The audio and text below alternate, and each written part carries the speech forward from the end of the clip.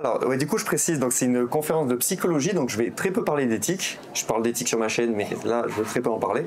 Hop. Donc au début, bon, forcément, il y aura une partie définition. Après, on va parler de la dissonance cognitive. Je sais pas si ça parle, ça va peut-être pas parler à tout le monde, donc on va définir ça. C'est un concept assez connu en psychologie. Et ensuite, on va parler du paradoxe de la viande, qui est ce paradoxe où on observe que la plupart des gens ne veulent pas faire du mal aux animaux, mais ils consomment et achètent de la viande, ce qui les met dans un état très inconfort psychologiquement.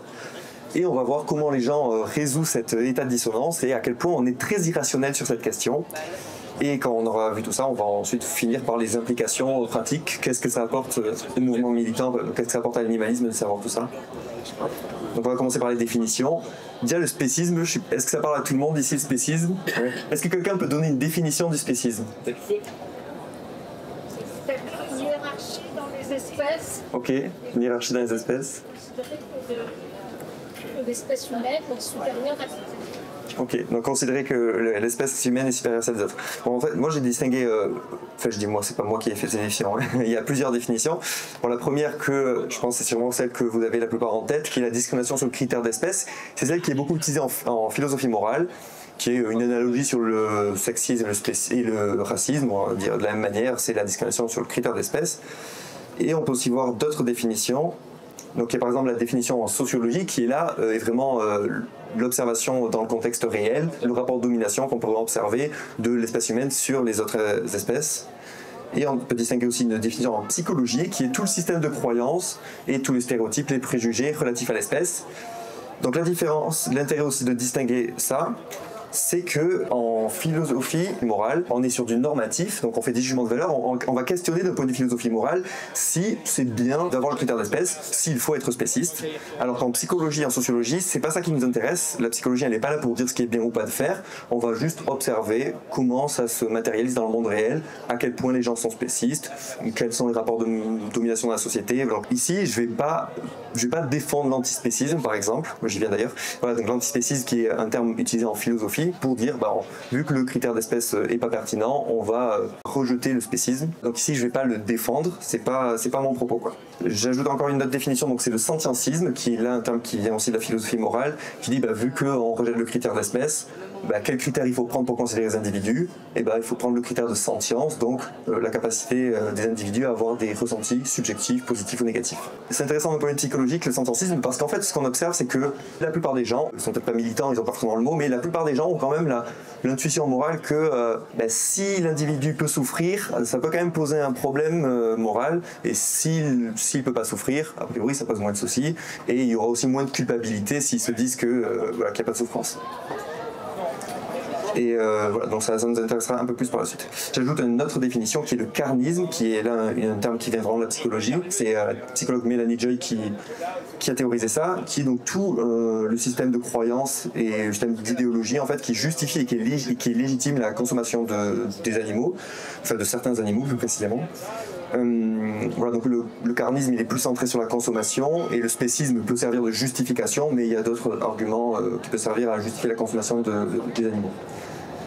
Sur le spécisme en psychologie, donc c'est vraiment quelque chose qui est étudié sérieusement. Il y a des études là-dessus et il y a notamment un questionnaire qui permet de mesurer à quel point les gens sont spécistes. On pose des questions du genre est-ce qu'il est moralement acceptable de chasser les animaux pour le sport? Est-ce que moralement les animaux comptent moins que les humains? Voilà, on pose ce genre de questions.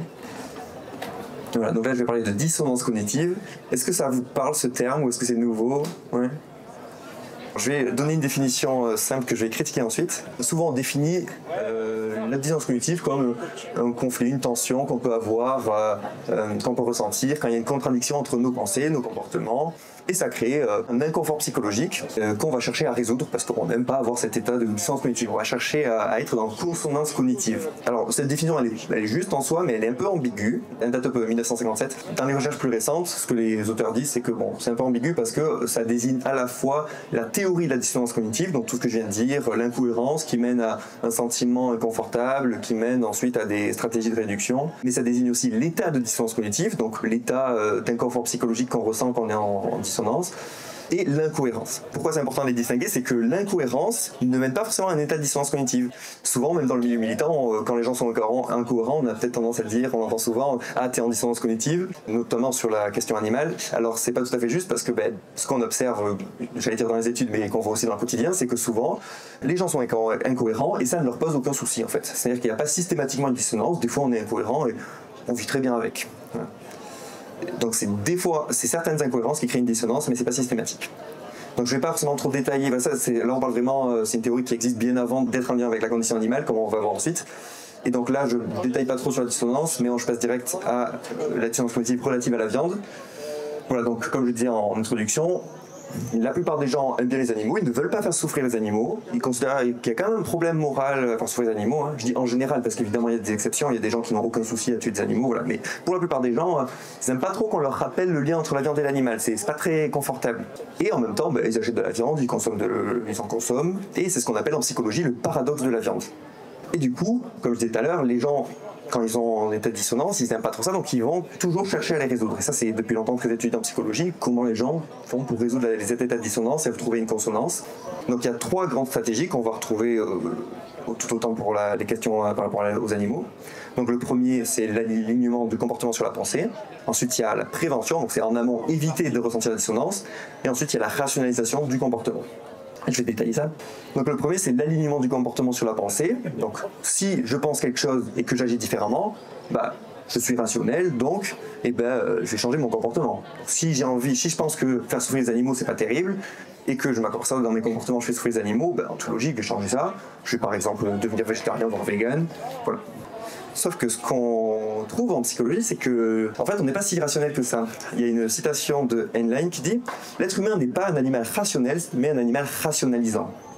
Voilà, parce que ce qu'on a tendance à faire, c'est quand on s'aperçoit qu'on agit dans un sens plutôt que changer ce comportement, on a plutôt tendance à rationaliser et à se dire peut-être qu'il y avait une bonne raison de le faire, quoi. Par exemple, le cas typique, c'est la personne qui fume mais qui va être en bonne santé et va dire faut bien mourir de quelque chose. On trouve des excuses en fait pour justifier nos comportements et voilà.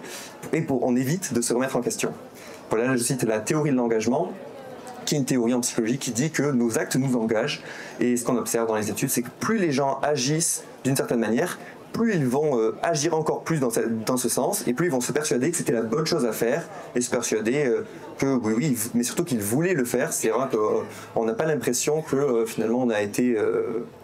on a vraiment l'impression que ce comportement, il vient de nous, qu'on a voulu le faire. Alors je cite encore quelques concepts qui illustrent à quel point en fait on est moins rationnel que ce qu'on croit. Souvent on a une image de l'humain comme très rationnel, mais en psychologie sociale on aime beaucoup montrer à quel point on est rationnel parce que il y a plein d'expériences qui montrent à quel point on peut finalement induire les gens à faire certaines choses. Et tout comme dans le marketing, les gens vont justement utiliser toutes ces astuces pour induire les gens et leur faire acheter des choses par exemple qu'ils n'avaient pas prévues et les gens pensent qu'ils ont acheté d'eux-mêmes. Voilà, on est tout à fait manipulable, bien plus qu'on le croit, et quand on pense qu'on n'est pas manipulable, c'est justement là que des fois on est le plus. Donc là je parle des biais cognitifs. Alors je vais pas trop détailler, ça peut être il y a beaucoup de choses à dire, mais pour faire simple, les biais cognitifs, c'est des raccourcis de pensée qu'on a, qui fait qu'on va ça va un peu dévier notre raisonnement, et ça peut être pratique. Des fois on a tendance à dire les biais cognitifs c'est le mal. Bon, en vrai le biais cognitif ça peut être des fois pratique, ça permet de réfléchir vite, mais ça peut risquer de nous induire en erreur. Et le biais que je cite ici, donc le biais de confirmation, c'est celui qui... Alors il y a plus de 200 biais psychologiques, donc évidemment que je ne les cite pas, mais le biais de confirmation, ça me paraît être un des plus importants, surtout qui va nous intéresser sur la question animale, c'est qu'en fait on a tendance à conserver les informations qui vont dans notre sens. C'est-à-dire que quand on s'intéresse à un sujet, les informations qui confirment ce qu'on pense, on va plutôt les conserver, et les informations qui vont à l'encontre de ce qu'on pense, on va un peu moins les retenir, on va pas trop les chercher. Voilà. Un autre truc important qu'on aime bien en psychosocial, c'est l'influence du contexte. Ce qu'on aperçoit, c'est que souvent, on pense qu'on agit, si j'agis comme ça, c'est parce que j'agis de moi-même, c'est ma personnalité. Mais en fait, souvent le contexte dans lequel on est, que ce soit la société, les autres autour de nous, l'environnement, ça nous influence beaucoup. Et en psychologie sociale notamment, on aime bien par exemple mettre des gens dans des contextes différents, voir si on met tel groupe dans tel environnement, et ils vont peut-être agir différemment de ceux qui on a mis dans un autre groupe. Je sais pas si c'est très clair, je vais pas rentrer trop en détail, mais ça pourrait être un peu lent, mais en gros, on fait beaucoup d'expériences. Je ne sais pas si vous êtes à l'aise avec les protocoles expérimentaux, je vais présenter quelques expériences. Et si par exemple vous avez peut-être connaissance des études en médecine, où par exemple on fait, pour tester un médicament, on fait un médicament qu'on teste par rapport à un placebo, parce que sinon on ne peut pas savoir, si on n'a pas de comparaison, ça ne peut pas nous dire grand-chose. Donc on fait une comparaison face à un placebo, c'est ce qu'on appelle un groupe contrôle. Dans psychologie on fait pareil, on a un groupe contrôle et on a une condition expérimentale et on va tester la différence entre les deux groupes. Et voilà, on va voir à quel point tel contexte va apporter une différence. Donc ça c'était l'alignement du comportement sur la pensée. Et là on va voir les stratégies de prévention et d'évitement de la dissonance. Donc là en lien avec la question animale. Donc ça c'est comment éviter de ressentir la dissonance. Donc je commence avec la dissociation, la dissociation et l'ignorance volontaire. Après il y aura la dissociation. Voilà, ce qu'on observe en fait dans les études, et je dirais un peu au quotidien aussi, ça doit vous arriver aussi, c'est que les gens en fait, il y a une ignorance volontaire dans le sens où les gens cherchent à ne pas se renseigner sur la cause animale en fait. Ils sont mal à l'aise, par exemple, typiquement ça vous est sûrement arrivé avec les gens qui ne veulent pas, par exemple, voir les vidéos d'abattoirs, les gens ne veulent pas se confronter à la question animale, et les gens cherchent des fois, et je dis les gens, mais évidemment c'est pas tout le monde, c'est parmi toutes les personnes, ils peuvent avoir tendance à éviter d'en savoir trop là-dessus. Et il y a aussi du coup la dissociation qui est, on va dissocier la viande de l'animal. De manière générale, les gens sont pas trop à l'aise quand on leur rappelle que derrière la viande il y a un animal, il y a de la souffrance animale, ça les met très mal à l'aise. Et je dis encore là, évidemment qu'il y a des gens que ça gêne pas, c'est des généralités, c'est en moyenne. Il y a beaucoup de gens pour qui ils vont être gênés par exemple, notamment les parties du corps qui rappellent l'animal. On est souvent mal à l'aise par exemple par rapport à la tête de l'animal, par rapport aux yeux. C'est quand même très rare de nos jours qu'on voit des gens qui achètent vraiment un animal avec la tête. Ça c'est pas trop. Et les gens sont beaucoup plus à l'aise avec la viande transformée. Voilà, on achète des lardons, bon ça paraît même pas de l'animal, on voit plus l'animal. Et il y a des expériences là-dessus, donc notamment là je cite Kunz et Hall qui ont fait en fait une étude avec plusieurs expériences sur la dissociation. Ils ont fait notamment une expérience où ils présentent un rôti de porc avec ou sans la tête. Et dans la condition où on a présenté l'animal avec la tête, ça fait une augmentation de l'empathie et du dégoût, une réduction de la volonté de manger de la viande, et ça augmente le désir de prendre un plat végétarien. Et il y a une autre expérience de ce même style où en fait c'est avec le langage, suivant comment on utilise les termes, ça va faire que les gens vont être plus ou moins dégoûtés. Par exemple, si à la place d'utiliser les termes porc et bœuf qu'on utilise souvent, comme on utilise souvent dans l'alimentation, on dit cochon et vache, là aussi ça fait une augmentation de l'empathie, ça réduit la volonté de manger de la viande et à l'inverse, augmente celle de vouloir un plat végétarien. Donc je précise que ça c'est une étude faite à la base en anglaise, donc forcément à la base c'est beef cow, donc peut-être que ça serait différent en français, hein. Voilà, faut garder l'idée que ça a été fait en anglais, mais en tout cas cette idée que le langage sert à dissocier la viande de l'animal, c'est quelque chose qu'on retrouve, et en France on pourrait prendre l'exemple par exemple des chasseurs où on va souvent éviter d'utiliser le terme tuer, on va dire prélever, réguler, et ça permet de dissocier la viande de l'animal, d'avoir un terme qui euphémisme, qui permet de ne pas penser au fait à la violence qu'il y a derrière, quoi. Voilà, donc ça c'était les stratégies d'évitement qui arrivent en amont, c'est pour éviter de ressentir la dissonance. Et après il y a les stratégies de rationalisation du comportement, où c'est une fois qu'on ressent la dissonance, on va essayer de la réduire. Donc la réduire là autrement qu'en changeant de comportement, c'est en changeant notre perception de la chose.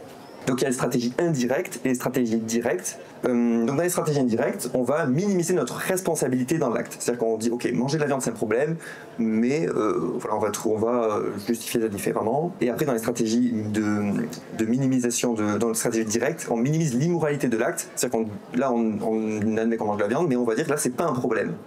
Donc dans les stratégies de minimisation de stratégie indirecte, donc on minimise la responsabilité, c'est par exemple on va dire réduire notre consommation. Et là encore quand je dis on réduit, c'est-à-dire qu'on va sous-déclarer par rapport à un contexte où on n'avait pas été confronté à la violence animale. Par exemple, il y a une étude, donc c'est une étude où en fait on confronte les gens, on dit aux gens qu'ils vont regarder un documentaire sur l'éthique animale. Donc les gens ne le regardent pas assez, on les questionne, ils s'attendent à le regarder, et donc là encore ces groupes, il y a des protocoles expérimentaux, donc un groupe où ils ne s'attendent pas à ça, et un groupe où ils s'attendent à regarder ce documentaire, et dans le groupe où les participants s'attendent à regarder un documentaire sur l'éthique animale, alors ça c'est pas tout le monde, mais c'est surtout chez les femmes qu'on voit ce comportement, les femmes réduisent leur consommation de viande déclarée, pas leur consommation de viande, la consommation déclarée, c'est-à-dire que dans la condition où on est exposé à la souffrance animale, où on pense qu'on va l'être, et on va minimiser notre consommation. Donc il y a d'autres stratégies indirectes, par exemple, je vais passer vite là-dessus, mais on va dire qu'on consomme de la viande, le fameux fermier du coin qu'on connaît bien, la viande éthique sans cruauté.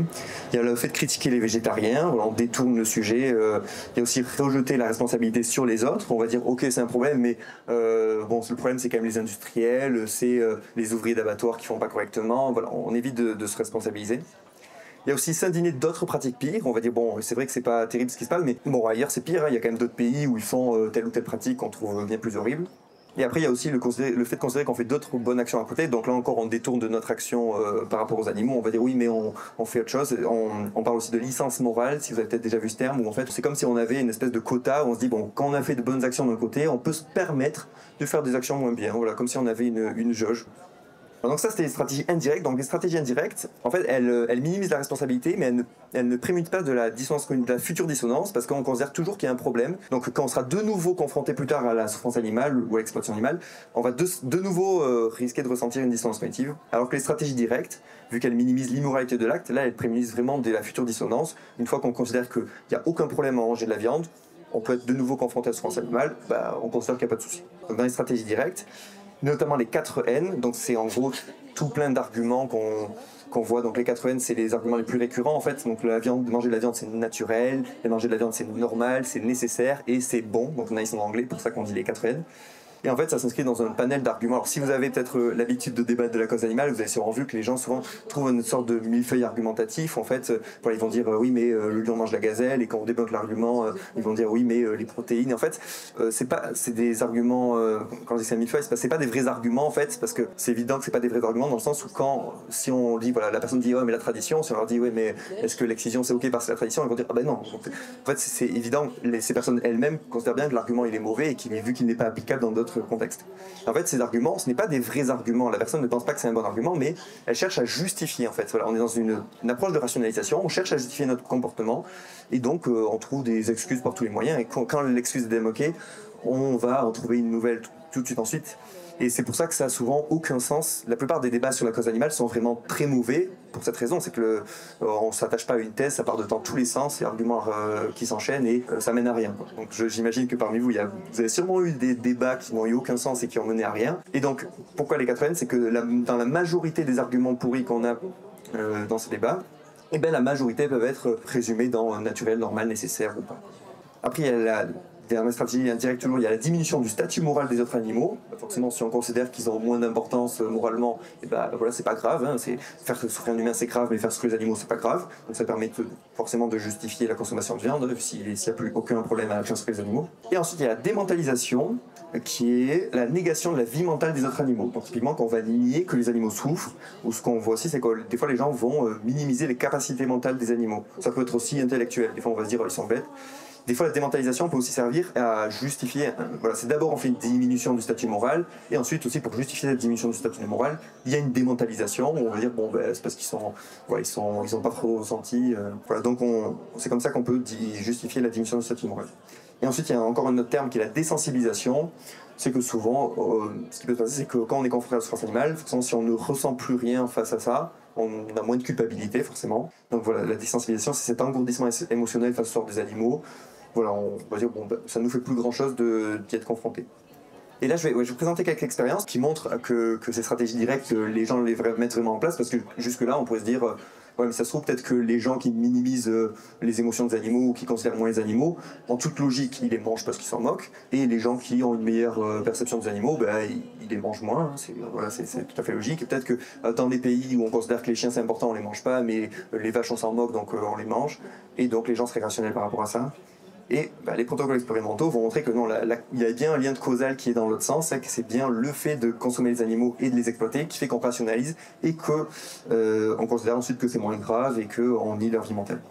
Donc je vais présenter quelques expériences. Donc il y a l'expérience de la vache et de l'agneau. Donc c'est une expérience assez connue. Si jamais si vous avancez sur la question de la dissonance relative à la viande, vous verrez souvent passer cette expérience.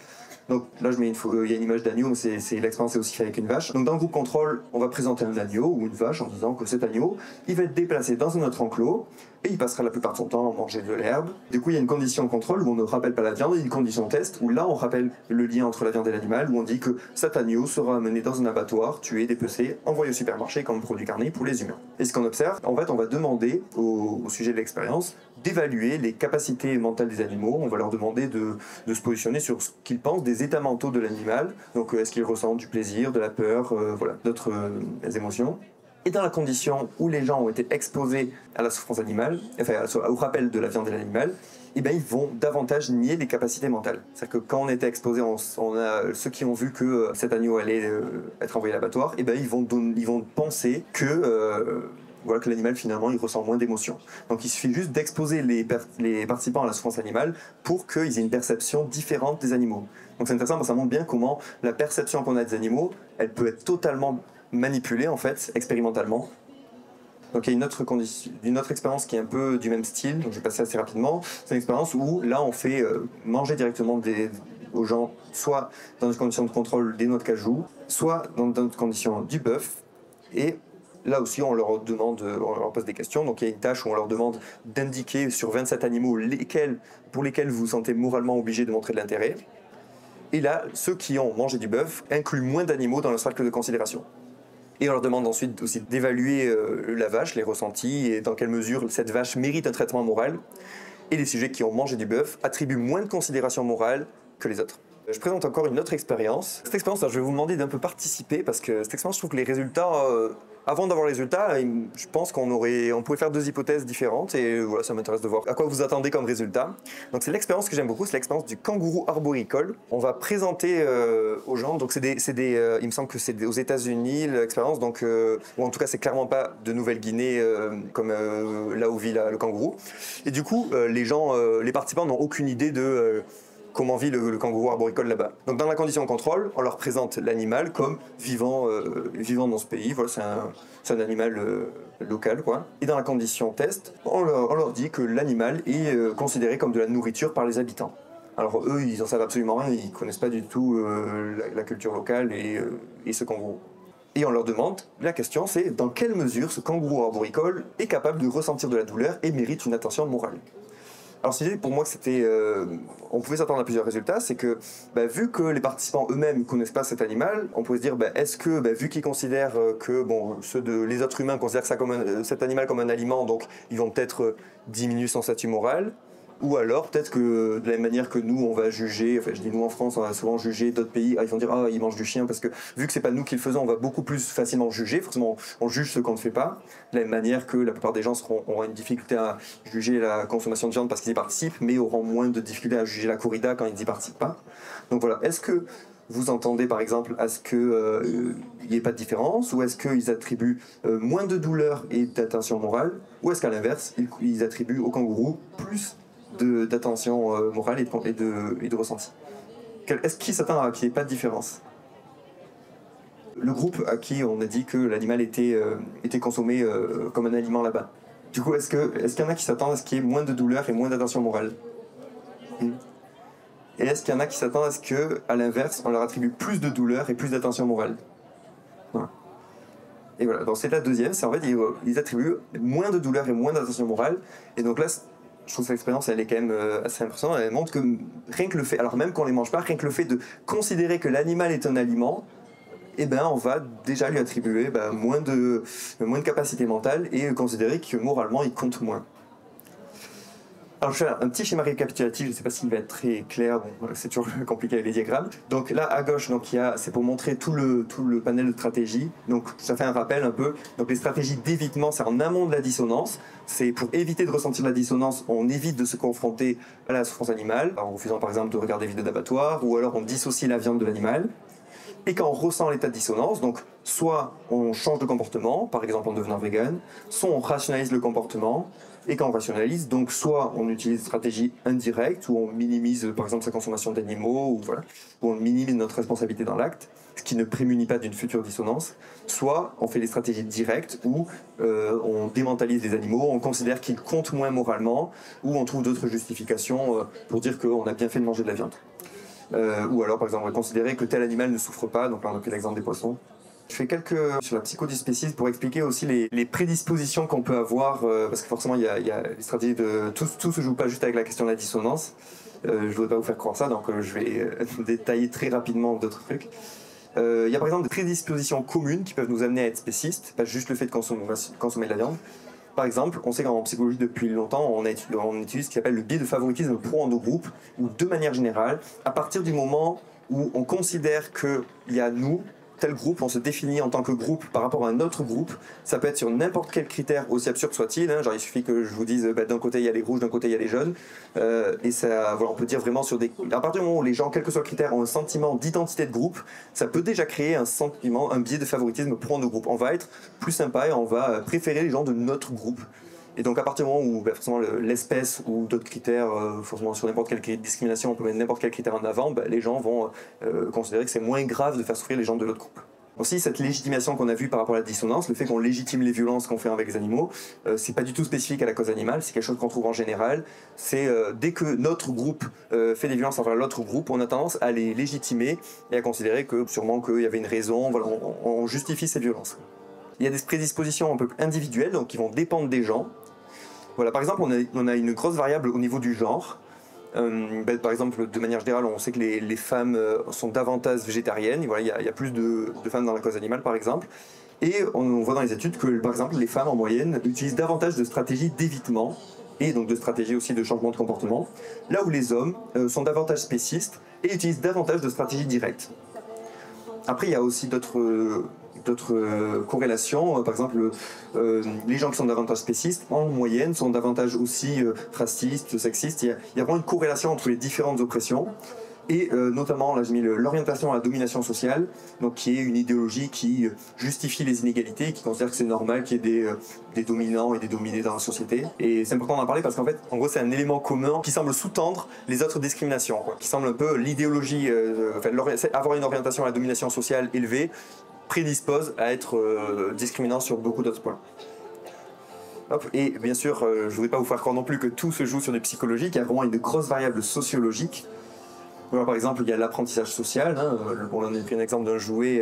Dès l'enfance, on peut apprendre que exploiter les animaux, c'est normal. Il y a aussi à prendre en compte de l'omniprésence des produits animaux. Voilà, dans une société forcément où même manger vegan c'est pas forcément simple, il y a vraiment des produits animaux partout, donc ça peut aussi influencer notre manière de voir les choses. Et il y a évidemment la publicité qui façonne énormément notre façon de voir les choses. Donc là, avec l'image notamment d'un cochon qui est content de se faire rôtir, ça c'est classique. On parle de publispécisme. Là, je cite Axel Pleusbrock, que je vous conseille d'aller voir ce qu'elle fait, alors autant sur le publispécisme que sur aussi l'analyse matérialiste et sociologique de la question animale. Vous allez voir que l'analyse sociologique, elle va pas mal se recouper avec ce que j'ai dit d'un point de vue psychologique.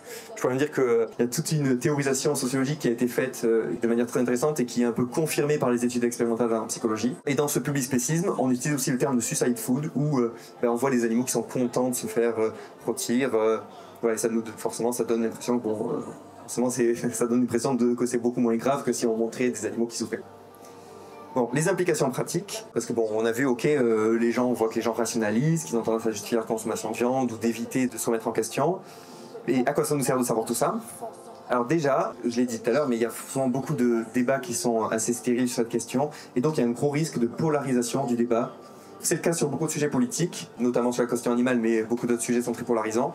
Donc le fait d'engager un débat avec d'autres gens, ça peut être complètement contre-productif en fait. C'est-à-dire que je pense des fois on peut avoir l'idée de se dire plus on en parle mieux c'est, mais en fait peut-être pas en fait, parce que exposer les gens à leur dissonance cognitive, ça peut faire en sorte en fait qu'ils rationalisent et qu'ils persistent en fait dans leur comportement et des fois qu'ils empirent leur comportement parce qu'ils se persuadent que c'est vraiment la bonne chose à faire. Voilà, donc là j'ai mis une citation, donc l'exposition au lien entre la viande et l'animal peut déclencher des réactions défensives, notamment un attachement accru à la viande, et ça peut faire une augmentation de la désirabilité due à une perception de perte de liberté. Donc la perte de liberté, ça fait aussi écho à une théorie en psychologie qui est la réactance, qui est que quand les gens ont le sentiment de perdre leur liberté, ils veulent vraiment pas la perdre, donc ils s'attachent. C'est vrai que les gens peuvent facilement se braquer, et surtout si ils ont l'impression qu'on veut les forcer à changer, ils vont d'autant plus camper sur leur position. Et voilà, alors forcément, c'est aussi la manipulation peut aussi jouer là-dessus parce que les gens qui ont l'impression vu qu'on a l'impression qu'on peut perdre notre liberté quand on est dans un état de réactance, quand on dit aux gens, c'est une fameuse technique de manipulation que vous connaissez peut-être, quand on dit aux gens qui sont libres, si vous voyez les trucs d'arnaque en ligne souvent, mais vous êtes tout à fait libre de le faire, et en fait ça c'est une manipulation pour vous faire diminuer la réactance. J'ai un peu dérivé, mais bref. Alors il y a une fameuse citation, vous avez sûrement entendu, de Paul McCartney: si les abattoirs avaient des litres, on serait tous végétariens.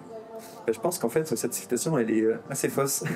En fait les gens rationalisent. Je pense que si vraiment on exposait les gens à beaucoup de souffrance animale, qu'on leur montrait, peut-être certains deviendraient végétariens, mais il y en a plein d'autres qui rationaliseraient et et qui aurait peut-être une désensibilisation, qui s'habituerait à regarder ça et qui justifierait ça en disant que c'est pas grave et qui peut-être irait encore plus loin dans leur spécisme, et que ça polariserait encore plus leurs idéaux.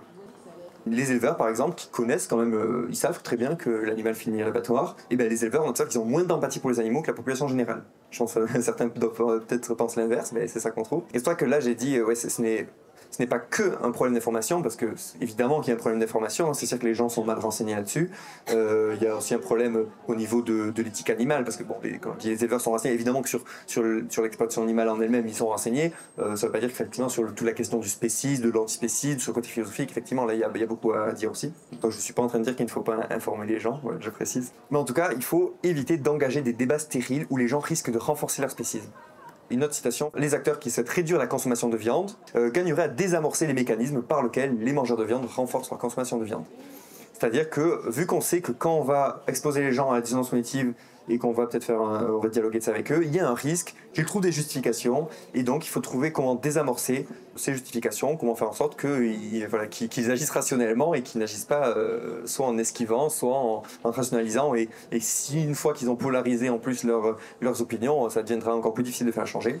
Voilà, donc il faudrait idéalement neutraliser les stratégies de désengagement moral. Donc on parle de désengagement moral, c'est le fait de considérer qu'il y a moins de problèmes à manger de la viande, par exemple. Voilà, il faudrait les neutraliser avant que les personnes puissent les utiliser. Bien sûr, là, j'imagine que certains vont me demander, mais comment faire ça du coup ? Eh ben, j'en sais rien. Moi, je dis, il faudrait le faire, mais après, là, j'invite en fait le reste du mouvement militant à se saisir de ça. Parce que nous, en psychologie, ce qu'on peut dire, c'est qu'il y a un risque que les gens se braquent et se polarisent. Après, comment il faut faire pour neutraliser ? Ah ben, là, en tout cas, je n'ai pas vu d'études jusque-là, je n'ai pas vu d'études qui allaient jusque-là. Donc, je vous invite en tout cas à prendre ça en compte. Sans pour autant, j'ai pas d'astuce miracle à vous donner pour dire si vous avez un discours de telle manière, les gens vont pas se braquer, les gens vont pas utiliser telle ou telle stratégie. Ce que j'ai tendance à penser, mais là c'est plus une opinion, c'est par exemple rien qu'en faisant cette conférence, j'imagine, moi j'ai un discours que je sais faire maintenant que je connais ça, de dire aux gens, expliquer aux gens qu'il y a un risque qui rationalise, et que du coup, si j'explique tout ça avant, là si maintenant on fait un débat sur la cause animale et que vous me sortez les arguments pourris par exemple, je vous dirais, ouais, c'est pas étonnant en fait, ça, et là j'ai l'impression que j'imagine que faire tout un speech sur la dissonance cognitive en amont peut neutraliser, parce qu'une fois que la personne sait tout ça, une fois qu'on sait qu'on risque de rationaliser et d'agir de manière complètement biaisée, ça devient quand même difficile, j'imagine, d'aller vers ces stratégies-là, et j'imagine que ça peut pousser à agir rationnellement, mais c'est spéculation de ma part, quoi. J'imagine que c'est le cas, mais après il faudrait le tester scientifiquement, quoi. Et aussi, vu qu'on sait que le changement de comportement, du coup, arrive en amont du changement idéologique, ce que disent certains auteurs, c'est que les tactiques qui incitent les individus à consommer moins de viande devraient réduire l'utilisation motivée de stratégies cognitives, parce que forcément, si les gens cherchent à rationaliser, à justifier leur comportement, s'ils ont déjà l'habitude de manger sans viande, ils n'auront pas d'intérêt à rationaliser ça. Donc en fait, changer le comportement, ça peut changer ensuite l'idéologie. Bien sûr, arrive la question, comment on fait pour les faire changer de comportement, vu qu'il y a toujours cette question. Donc ça, c'est pas évident, mais en tout cas, ça peut aussi nous amener à penser que changer le comportement de manière un peu plus subtile, rien qu'en ayant par exemple des offres, rien qu'avoir une offre végétale, ou que les gens aient des options végétales par défaut et qu'ils s'habituent à ça, fait qu'ils vont moins s'attacher à la viande, et ils auront moins d'intérêt à utiliser des stratégies de rationalisation. Voilà. Après, ce qu'il faut quand même convaincre les gens, ça sera du cas par cas, et ça c'est difficile de faire des généralités. Voilà, après ça peut aussi mener, c'est la question qui avait été posée tout à l'heure dans la conférence d'Orlando, est-ce qu'il faut du coup utiliser d'autres, si les gens sont pas du tout enclins à changer pour l'éthique, est-ce qu'il faut les faire changer pour d'autres raisons ? Moi j'ai tendance à préférer qu'on reste sur l'éthique, mais n'empêche que si les gens sont plus sensibles à l'écologie et qu'on les fait changer pour ça, peut-être que, ou en tout cas même si on ne peut pas être vegan pour l'écologie, en tout cas s'ils commencent à être dans une démarche de réduction pour ça, il y a des chances qu'ils aient moins tendance à rationaliser ça et qu'ils acceptent plus facilement l'éthique ensuite. Moi-même à la base, c'était vraiment les questions écologiques qui m'avaient fait changer, et j'imagine qu'une fois qu'on a arrêté la viande, forcément c'est beaucoup plus facile d'admettre que l'antispécisme, que le spécisme est quand même plus logique que le spécisme. Voilà, donc si on modifie d'abord les comportements, ça permettrait de faire changer les positions théoriques. Voilà, je mets un petit lien pour les sources de la conférence ici, et j'ai fini. Donc je vous dis déjà un grand merci d'avoir assisté à cette conférence. Merci à la Vegan Place de l'organisation, donc à Nantes Vivante du coup. Et un grand merci à Lila de Réfuté, qui est une personne très chouette, qui fait un compte Instagram. Donc allez voir son travail. Il y aura son stand là-bas avec Orlando de Réplique Éthique et Florence Delry. Et les 3 personnes que je viens de citer, on fera aussi une table ronde sur la sentience tout à l'heure, donc n'hésitez pas à venir. Voilà, donc merci à Lila qui a fait du coup toutes mes diapos et qui m'a aussi de manière générale aidé dans cette conf. Voilà, et j'ai terminé. On va attendre les questions-réponses. Est-ce que vous avez des questions? Oui, bonjour. Déjà bravo pour la conférence. J'avais une question plutôt sur les leviers en philosophie, sur les comportements humains. Vous pourrez prôner. J'ai toujours à 3 philosophies, c'est m'a marqué pendant l'école que l'être humain faisait des choses par intérêt. Ok. Ouais. Avec un seul élément qui faisait par des intérêts, c'est le sens du devoir. Mais Oui. il a fait cette notion-là. Donc quel est le moyen de créer justement de l'intérêt, soit comportemental ou matériel aux personnes pour modifier justement leur comportement déjà dans un premier temps? Alors de manière générale, je pense que psychologiquement, c'est compliqué de créer l'intérêt à quelqu'un. Ce qui est intéressant, c'est de trouver ses leviers à lui. Et ça, de manière générale, même là, je pense que ça peut être très large en psychologie de dire ça, c'est que si la personne n'a pas envie de changer de comportement pour cette raison, enfin si la personne s'en moque complètement des animaux, la persuader de changer là-dessus, ça sera pas forcément évident, mais on peut trouver d'autres leviers. Qu'est-ce qui peut la motiver à ça? Est-ce que là, en fait, c'est rendu cas par cas, il faut discuter avec la personne, voir qu'est-ce qui pourrait la motiver, qu'est-ce qui... en fait, on ne peut pas aller à l'encontre des désirs des gens, enfin, peut-être sauf exception, mais de manière générale, créer des désirs aux gens, c'est compliqué de leur créer des désirs. Par contre, on peut peut-être justifier que ce qu'on peut faire, c'est démontrer que vous avez tel désir, mais votre comportement, il ne correspond pas à votre désir. Si par exemple, une personne... je sais pas, on va prendre l'exemple plus large, une personne qui consomme par exemple du tabac ou de l'alcool, si la personne se moque d'être en bonne santé, ça sert à rien de taper là-dessus. Si ça c'est un truc qu'on voit en psychologie, c'est que si la personne, vous pouvez pas créer une motivation à être en bonne santé à quelqu'un par exemple. Par contre, vous pouvez dire mais par contre si la personne pour elle c'est important le côté financier, là ça a de l'intérêt, mais voilà, faut toujours chercher le désir de la personne. Et on peut pas inventer des désirs aux gens. Bonjour, merci pour votre exposé très riche. J'avais envie de compléter en fait un petit peu avec la question précédente. C'était à votre question comment favoriser le changement comportemental. Et j'étais en train de me dire comment finalement on ne peut pas agir par des leviers en renforçant la conscience cognitive de la personne dans un des domaines de sa vie. C'est-à-dire que naturellement, il peut y avoir une consonance cognitive chez la personne si elle aime le sport. Et du coup, comment faire valoir qu'elle est déjà dans cette consonance cognitive sur un autre domaine et ainsi l'amener à faire entendre notre propre éthique et du coup à s'y intéresser. Parce que peut-être que la personne, en étant proche d'elle, sera en empathie envers vous et donc plus facilement en empathie vers vos choix et des consommations. Ouais. Oui, chercher la constance. Je vais au passage répondre à cette question, à votre question au passage, je vais un peu mélanger les deux, mais effectivement, ce qu'on peut faire, c'est que si la personne, on va dire la plupart des gens peuvent avoir quand même certaines valeurs morales, c'est rare quand même les gens qui s'en moquent complètement des autres, quoi. Ça peut arriver, il y a des gens complètement égoïstes, mais la plupart des gens quand même, c'est pas le cas. Je pense que la plupart des gens, même qui mangent de la viande, sont des gens par ailleurs sûrement très gentils, et voilà, qui peuvent être qui peuvent prendre attention à bien agir sur d'autres points, quoi. Nous-mêmes, sûrement, on est incohérents sur d'autres points. Voilà, la plupart des gens sont incohérents. Et ce qu'on peut faire, c'est que si la personne, on peut lui démontrer à la limite que son comportement ne correspond pas à son éthique. C'est pas qu'on peut lui dire, pourtant, si t'as envie de pas faire sur les animaux, on pourrait essayer de lui démontrer que son comportement est en contradiction avec ça. Mais on en arrive évidemment au risque que la personne se justifie. Donc il y a peut-être une manière de le faire, et là j'ai pas de solution miracle, mais si on arrive à lui montrer qu'elle a tout un intérêt à changer de comportement, et peut-être là ça rejoindra ce que vous disiez, si je sais pas si j'ai bien compris la question, mais tel que je l'ai compris en tout cas, c'est que si on la met dans une disposition où elle sera plus facilement en consonance, parce que si par exemple typiquement la personne est en train de manger de la viande, bon c'est peut-être pas le bon moment pour dire qu'il y a un souci, quoi, alors que si la personne vient de goûter je sais pas, un simili qu'elle trouve très bon et qu'elle dit c'est vrai que c'est pas si mal, bon peut-être qu'il y a un levier qui sera plus facile, donc il y a un contexte à prendre en compte. Ouais. Voilà, je sais pas si bien répondu, mais c'est fini du coup. Ouais. Je pose. Merci beaucoup. Merci. Merci.